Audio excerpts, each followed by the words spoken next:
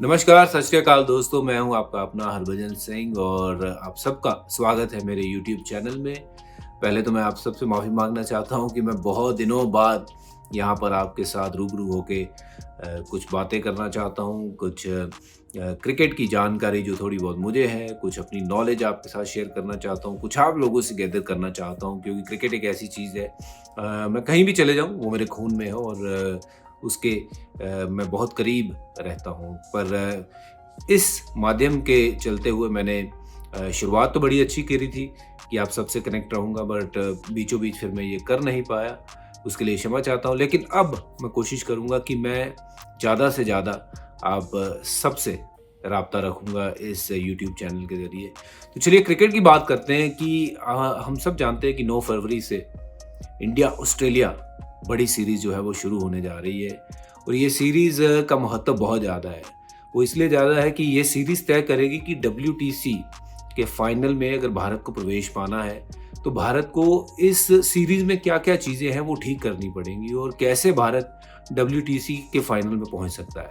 तो उसके बारे में हम जानकारी थोड़ी-सी जो है वो आपको देंगे और मेरे पास जो स्टैट्स हैं वो एक-एक करके मैं आपके सामने पढ़ूँगा और समीकरण आपको बताऊँगा कि कैसे भारत डब्ल्यूटीसी के फाइनल में पहुँच सकता है। चलिए शुरू करते हैं पहले समीकरण से। चलिए ये बॉर्डर गावस्कर ट्रॉफी क्यों इतनी ज़रूरी है भारत के लिए? डब्ल्यूटीसी का फाइनल है ना, उसमें प्रवेश करना है और उसमें प्रवेश नहीं करना, इस बार जीतना भी है। पिछली बार पीछे रह गए थे, न्यूज़ीलैंड ने वो फाइनल हरा दिया था, पर अब पहले पायदान पे न्यूज़ीलैंड नहीं है, इस बार ऑस्ट्रेलिया है। दूसरे पायदान पे हालाँकि इंडिया ही है, पर अगर उस पायदान को इसी तरीके से आगे की तरफ बढ़ाना है तो फिर कोशिश ये होनी चाहिए कि भारत ये जो सीरीज़ है ऑस्ट्रेलिया के सामने 3-0 से जीते।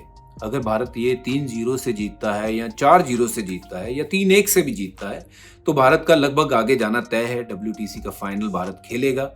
और अगर ऑस्ट्रेलिया ये सीरीज़ हार भी जाता है, तो भी ऑस्ट्रेलिया जो है वो उनके मुझे लगता है कि नंबर 1 की पोजीशन कायम रहेगी और वो फाइनल ज़रूर खेलेंगे। तो दैट मीन्स इंडिया का मुकाबला होगा ऑस्ट्रेलिया के सामने इंग्लैंड में वर्ल्ड टेस्ट चैंपियनशिप के फाइनल में। और इसका एक और समीकरण है, इसी के साथ-साथ एक सीरीज़ जो है वो हो रही है श्रीलंका, जो अभी नंबर 3 के पायदान पे है। अगर पॉइंट टेबल पे नज़र मारें, अगर उनको आगे आना है तो उनको क्या करना होगा, बट जो कि मुझे मुश्किल लग रहा है। पर अगर श्रीलंका न्यूज़ीलैंड को हरा देती है, हालांकि भारत के अगर रिजल्ट ठीक रहे तो फिर श्रीलंका कुछ नहीं कर सकती, चाहे वो न्यूजीलैंड को हरा भी दे।